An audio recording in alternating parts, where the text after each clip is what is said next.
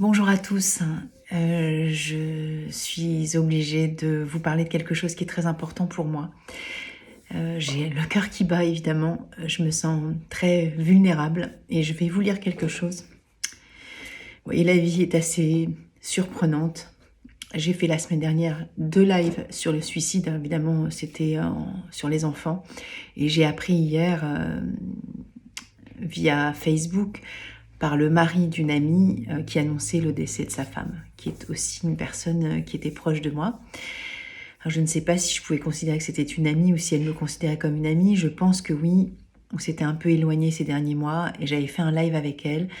Et donc, je vais vous lire ce passage parce qu'il nous demande de partager en grand nombre. Donc, je me sens, je dirais presque dans le devoir de le faire. Parce que, voilà, vous savez, tout est fragile, la vie est ainsi faite. Voilà, je partage beaucoup de choses sur les émotions. Je suis moi-même toute extrêmement émue là. Évidemment, comment ne pas l'être? Donc, dernier message sur Facebook pour annoncer la fermeture du compte de Sophie étant décédée. Elle a bien mis fin à ses jours le 29 août à 52 ans. Ici, Joël, son mari, vous pouvez me joindre si besoin. Voilà, 6 juin, la petite histoire qui retrace le pourquoi et pourquoi c'est écrit en majuscule. Merci de partager au plus grand nombre, de faire connaître cette histoire. Et donc, il donne 4 pages extraits de l'histoire de Sophie et de ses 3 enfants, de leurs 3 enfants. Et donc, voilà, j'avais envie de vous le dire. Oui, les émotions, c'est tout le temps. C'est très impudique ce que je fais là, mais j'ai envie aussi d'être sincère, vous voyez, c'est que on a beau travailler sur soi,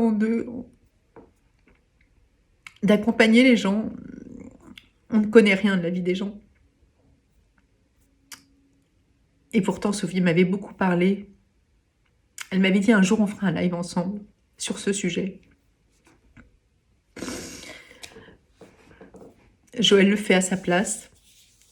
Voilà, vous savez que je suis très bouleversée par la cause des enfants, pour 1001 raisons.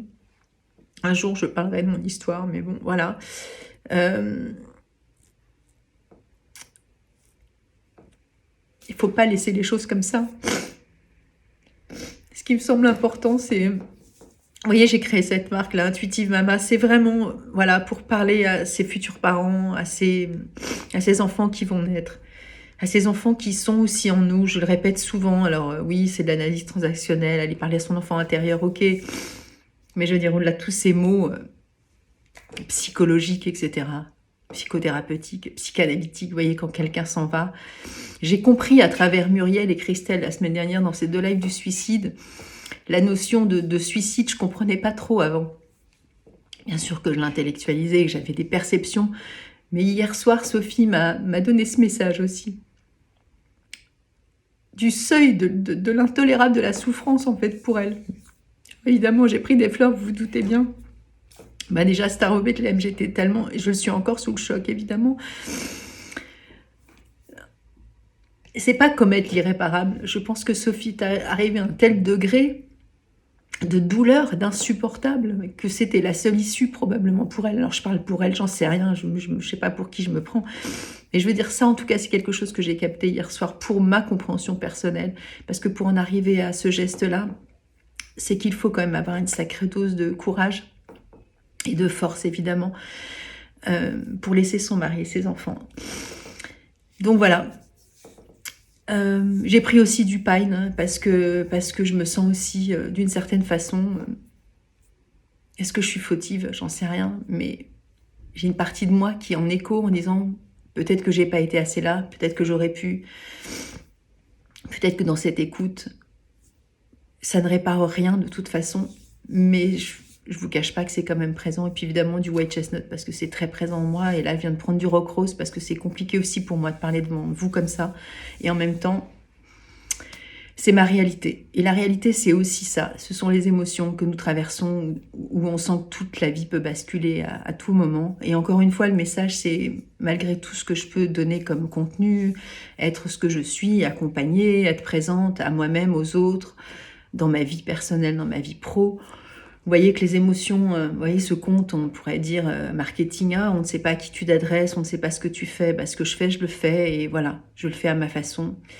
Et, et en tout cas là, ce que j'ai envie de vraiment faire passer, c'est aussi le message de Joël.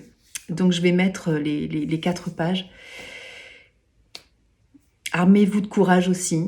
Et en même temps, c'est un message que Joël nous demande. Donc je me sens dans le devoir de le faire, de le partager. Il nous a dit, voilà, partager au plus grand nombre, de faire connaître cette histoire. Donc je vais mettre cette vidéo évidemment sur YouTube et je mettrai aussi, je ne sais pas comment, des liens pour ceux qui ont envie de... Parce que sur YouTube, je ne pourrais pas mettre ces images, enfin j'en sais pas. Bref, je vais me débrouiller. Mais bref, je vais faire ce que j'ai à faire, comme j'ai fait la semaine dernière pour le suicide.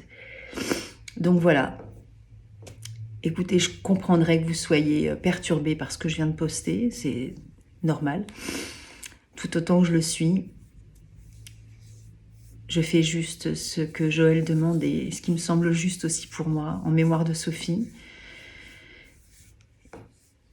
pour ses enfants et pour tous ses amis, tous ses proches, toute sa famille et ceux qui se reconnaîtront. Voilà, bonne journée.